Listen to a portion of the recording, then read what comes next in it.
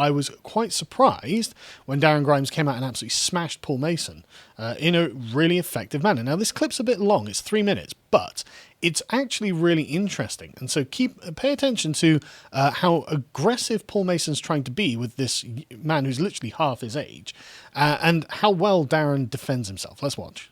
But I think that for a lot of people around here, right, there's this idea that the Labour Party not only doesn't like its country, it actively hates it. It sneers at those who quite like the flag. It sneers at those whose values... Sorry, that is going way over the top. No political party hates its own country. What's the evidence for this? What's the evidence? Or is it just another piece of disinformation from the Donald Trump-loving... turning point? I'm not involved with turning points, so I don't know where that's come from, Paul. It just shows you've got your facts right. No, what is the evidence? The evidence is that you all sneer at whenever we fly our flag. Give us a name. Give it momentum. Do it all the time, sneering at the flag, and you're heavily involved with that lot, aren't you? More commie than Corbyn. What? Say again, please. More commie than Corbyn. Yeah. What's that mean? It means you're communist. What does it mean that I spread disinformation in a Trumpian way? These things are you just did it again. And nonsense. So look, give me the name of somebody in the Labour Party with authority who has in any way sneered at the flag of the United Kingdom. Well, now with authority, look, you had the MP for Brighton, I can't remember the name of the constituency, who, when Keir Starmer had the Union Jack behind him, sneered at the fact that he was doing that. It's seen as the Labour leadership, it's seen as pandering to jingoistic tendencies through up and down the country. This is nonsense. When Robert Jenrick had the monarch behind him, there were, of course, Labour activists and all the rest of it saying that this is ridiculous. The most popular monarch in goodness only knows how long. Hold on a minute. You are allowed in this country to be a Republican. I am a Republican. Right, I didn't say you weren't. No, I am a proud British citizen, but I wish this country was a republic. But that doesn't mean I'm but most people disagree with you, though, Paul. That's the thing. No, but we're not talking about disagreement. We're talking about sneering. And so the point is, it's not unpatriotic of me to say I would prefer that we had an elected president rather than Her Majesty the Queen. It doesn't mean I don't stand up for the national anthem. It doesn't mean that I would in any way sneer at, calling, for example, the royal yacht after the Duke of Edinburgh. I'm in favour of all of that. But so what I'm trying to track down is you make an assertion, and it's an assertion that you throw in, and then you call us the media class. But really, the assertion has no basis in fact, does it? What? Unlike your assertion that the Tories are for the rich, when actually 14 million people voted Tory in 2019. And let me tell you, this council house that I'm in right now, that my mum bought under Margaret Thatcher's right to buy, is not the sign of someone who is for the rich or voting for a party that is for the rich. That was a ridiculous thing to say. The party has historically represented big business in Britain. And the Labour Party now represents middle-class activists like you, Paul. Okay. Oof, that was good. That was very good, Darren. Very impressed. One thing I liked about it, so to go through that very quickly. So Darren makes the claim that the general perception is that the Labour Party hates the country. Now, he doesn't have to say that means he agrees with that perception. And so he doesn't really have to do much to substantiate that other than saying, well, look, I live in the north, I moved out of London, and I speak to people around, and their opinion is that Labour hates the country, and it seems to me this is a fairly widely held opinion. But Paul, it's like, well, where's the thing? But Darren takes on that position, which is not an unreasonable position because it's obviously provable, as we'll go into in a minute. But then Paul starts to say, well, hang on a second, I'm a part of momentum and I don't hate the country. Bull. You're a Republican. Britain doesn't exist without the monarchy. Britain is the monarchy. It is the United Kingdom of Great Britain and Northern Ireland. Without the monarchy, you can't have a British Republic because obviously the constituent nations will go their own separate ways. So to be a Republican is to be against the Constitution of the United Kingdom. Paul Mason, Oliver Cromwell did nothing wrong. That's an interesting take. Yeah, based. But this is the point. He's trying to say, well, look, I hate the hierarchical construction of Britain, which they do, but I don't hate the people of Britain, which maybe they don't. But, Paul, have you noticed that the people of Britain are rather far right? The proletariat are not a revolutionary organ. But anyway, so This was really good because Darren holds his ground very well. And what I found really annoying about this is that Darren Grimes is pretty much the only conservative left on Twitter. right? And so this opened them up to the licentious cruelty of the Twitter mob. And they were just awful. I mean, genuinely awful people. Because Darren didn't say anything wrong, but all of the horrible smears and slurs and just calling him a bad person for holding his own political convictions and saying, well, look, I'm telling you, outside of London, this appears to be the case. It seems that people think the Labour Party hate Britain. Off Twitter. Yeah, and off Twitter. And you'll notice how, like, defensive Paul Mason got about this. Not me, yes, you. All of you. Momentum. You hate the United Kingdom. You hate Britain, you hate its empire, you hate the gammons, you hate the regular people of the country, the patriots. And who uses that term? Exactly. Who uses that term? Where did that come from? Who do you think it describes? Oh, no, it describes Jacob Rees-Mogg. No, it doesn't. Shut up. You know it doesn't. But anyway, we're here to help you out. So Owen Jones, of course, saw this and was like, oh, Jesus, this looks bad. I mean, Owen, does Owen? You have spent your entire career basically saying Britain's evil, Britain's racist, Britain's this, Britain's that. We need a revolution. And it's like, no, I don't want a revolution. Only someone who hates the country wants a revolution, surely. But he's like, it's a myth that the working has been allowed to take hold. The Conservatives are now the party of the working class. It isn't true. Labour won the support of working-age Britons and low-paid workers alike. It's pensioners who handed the Tories their majority. Yeah, okay, and what do you think of them? What do you think they are? They're just people who live around the country. And so the question, I guess, that Paul was asking for is, where's the evidence that the people of Britain think that the Labour Party is kind of anti-British? And I would suggest it's in the electoral results, Paul. If we can scroll down there, just see the map. Just to make the point crystal clear for Paul here. How much red is there? Yeah. Seems to be... and we in fact should have got the previous maps up to show the previous year and see the recession of the red in the heart of the country where the red wall, the Labour safe seats are. Now it's just clustering around Liverpool and the places of high immigration. England is a conservative country. They are not revolutionary socialists. They will never be revolutionary socialists. You've lost. And it's because you appear to be distinctly anti-British. And you found a bunch of stuff about this, didn't you? Yeah, because them being anti-British is pretty easy to find. So Paul himself actually has a stated preference for what kind of flag he likes. It's not the British flag. Oh, really? So you can see here him tweeting. I just typed in his name and then flag and just see what came up. And that's, if you scroll back up to the text so I can read it. So you can see him there with a red flag. And then he writes, if I had an indoor flag, this would be it. The La Vignette Battalion of the National Guard, France, 1871. But it's at the Fenterali Archive in Milan. I can only dream. Paris Commune, 150. So yeah, he's fetishizing the Paris Commune, which was a dramatic failure, got like 30,000 people killed. Again, another massive French failure. But Paul, and I can't help but notice, is that you are using French words to describe that. You are speaking in French. You are describing something that happened in France, a foreign country, not in Britain. Not particularly patriotic, I would venture to state. But that's okay, Paul. That's your favourite flag. Not the British flag, not the English flag, not the Welsh, Scotch, Northern Irish. No.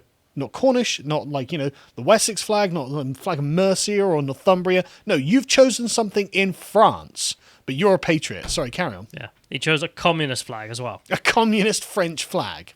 Yeah. You're the patriot, Paul. Yeah, I can see how you guys love the country. Yep. Anyway, so if you also just Google Labour Party British flag, do you know what comes up? This. Just hordes of people with Palestine flags. And an EU flag. At least the Jeremy Corbyn with the hammer and sickle flag isn't there, I suppose. Yeah, it's one saving grace. Because I don't know if there's any images of them with British flags. You can't find them if you Google it. You just find them with Palestinian flags. I mean, you remember at the Labour Party conference, did they have a British flag? Not that I remember from watching Not on the stage. It was all just red. Keep the red flag flying here, I guess. Yeah, well, anyway. It should be replaced with the black flag.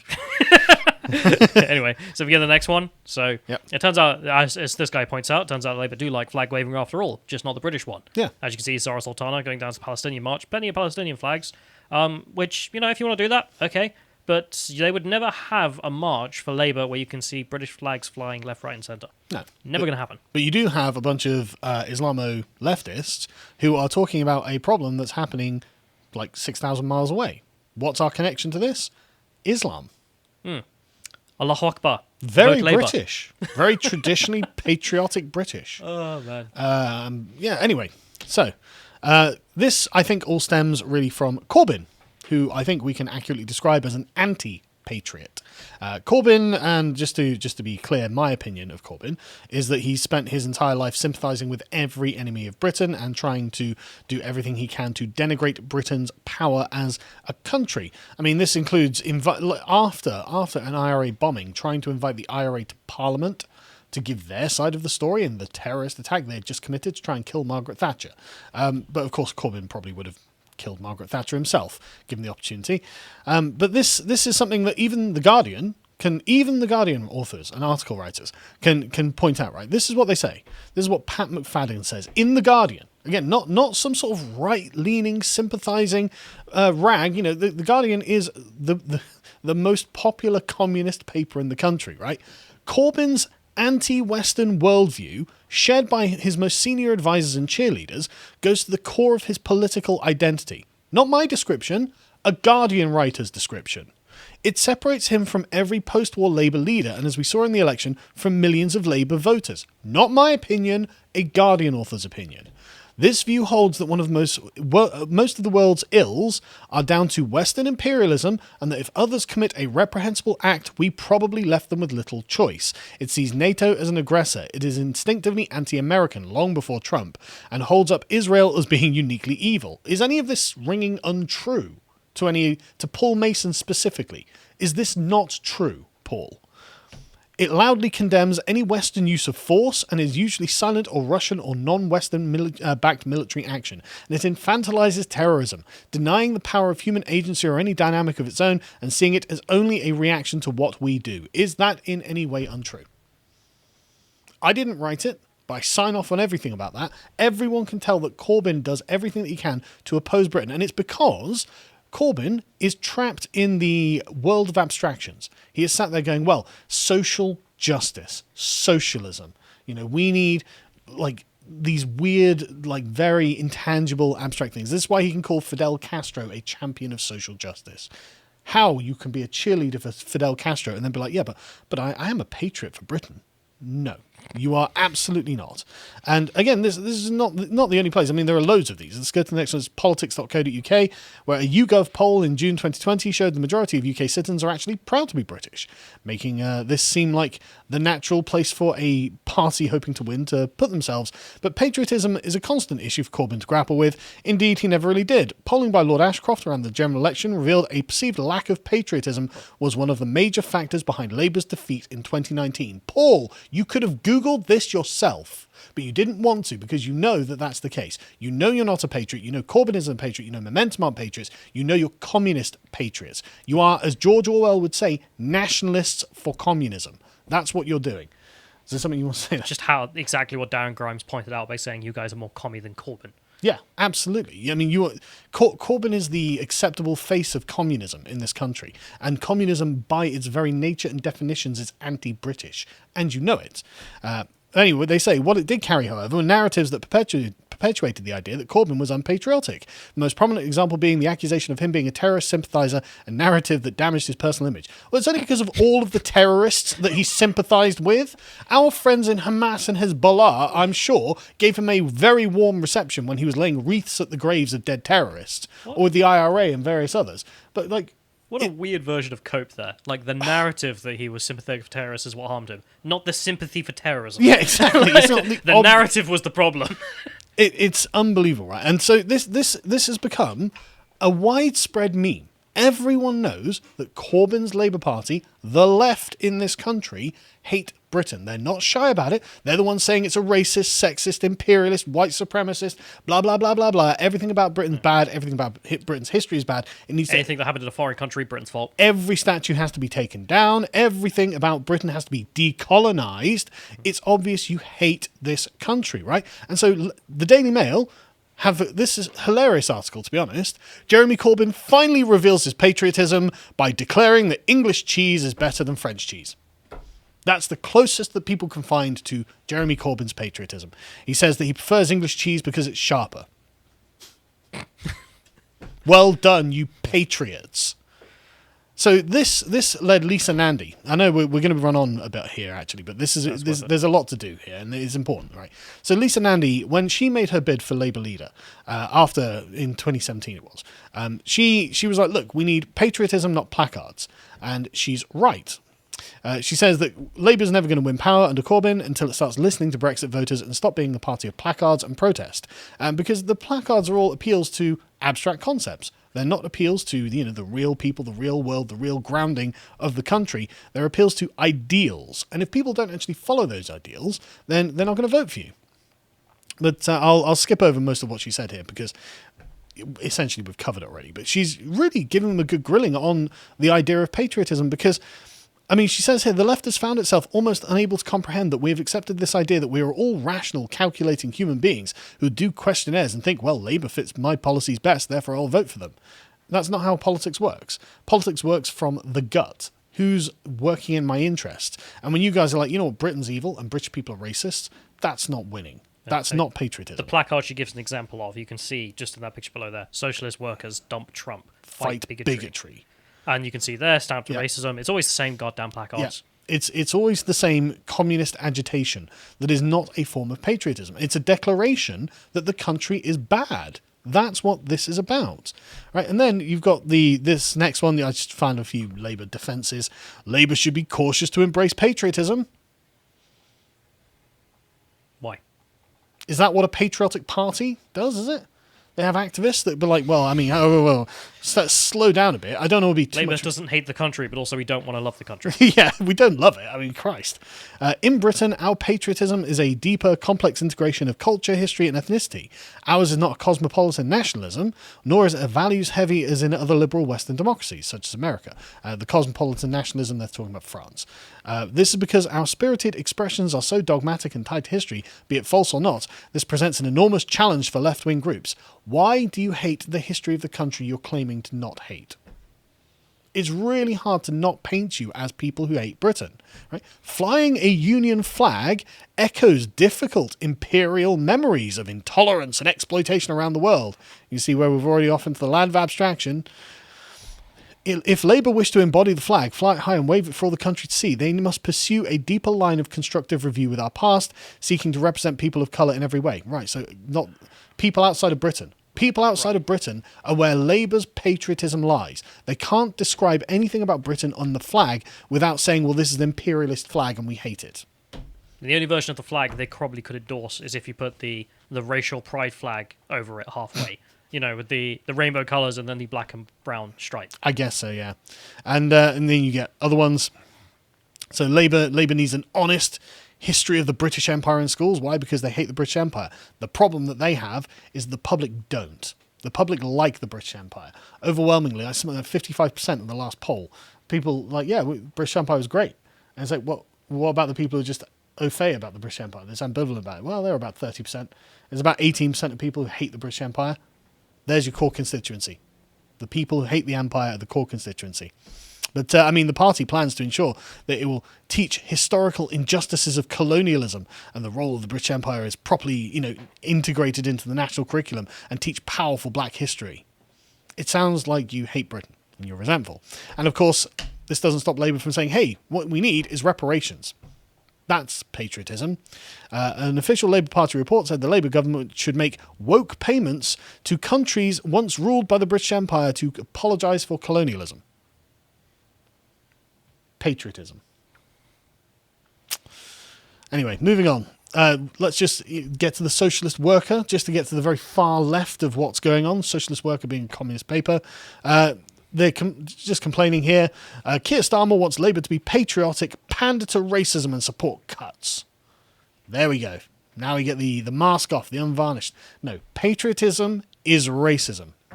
That's where we're at. That's what they're saying. But anyway, let's go on to Emily Thornberry's wonderful image from Rochester. This is still up. So this is what lost her a job under, I think it was like Miliband or something. Yeah. Where she tweeted out just an image of someone who was flying the English flag, with and the word being image from Rochester. Obviously to be like, white van, English flag, God. Yeah. Isn't that racist? Yeah. And therefore she was kicked out from the shadow cabinet. She's back in now. Yeah, I think she was under Corbyn as simp for the EU, and now she's under Keir Starmer to do who cares. So because they're not getting anywhere. Sorry, the next link I have is just a poll on how do people feel about flag waving as well. And if you scroll down, you'll see that Conservatives, great. Average people think it's great. Labour voters, split, 50-50. On whether or not it's horrible. Somewhat and strongly disapprove, 36% of Labour voters. Of the Union flag being thrown on government buildings every day. It's madness. Yeah. So we go to the next one. This is just Labour defends their strategy on this whole thing, which, I mean, that's the thing, fundamentally, Paul. This Guardian article, Labour defends new strategy to focus on patriotism and Union flag. Defends it from who? The Conservatives criticising them? The far right? No. As they say, left-wing MPs say plans risk alienating young It was Bain momentum, voters. Paul. Your group, the communist, I would say infiltrates into Labour, but you've always been there. You don't even have to say momentum. I mean, he said name people with stature. Well, MPs, there we go. Yep. The document has been criticised by a number of left-wing MPs, including former Shadow Cabinet Ministers Clive Lewis and Richard Bergen, both Corbynites. Communists. Yeah, both Corbynite communists. There you go. There's your people of note. It's the MPs in the party who say waving the flag. Yeah, I mean, That's it's racist. literally, the Zara Sultanas, the Richard Bergons. I imagine Diane Abbott has come out and said something, and what's her name? David Lammy. Yeah, Lammy. What was the... I mean, God, ask Lammy his opinion on Britain and the Empire. You're going to get a long diatribe on it. But, anyway, let's carry on. We'll skip over the insti-racism thing, probably, because it's essentially just, remember the race report? Like, the race report came out, and what was the response from all the Labour MPs? This is gaslighting, this is false. And Britain's a racist country. Saying Britain is a racist country. Also, we're patriots. Well, no. They can't be in the same realm. I mean, evidently by MP's own actions, saying Keir Starmer wants to wave the flag, not on my watch. Not today. Socialism prevails. There you go. So, Darren Grimes, good job. You are patriotic to socialism. You are anti-patriotic to Britain. Paul Mason, you liar. If you enjoyed this segment from the podcast of the Lotus Eaters, you can watch the full broadcast live every weekday at 1 p.m. UK time on lotuseaters.com.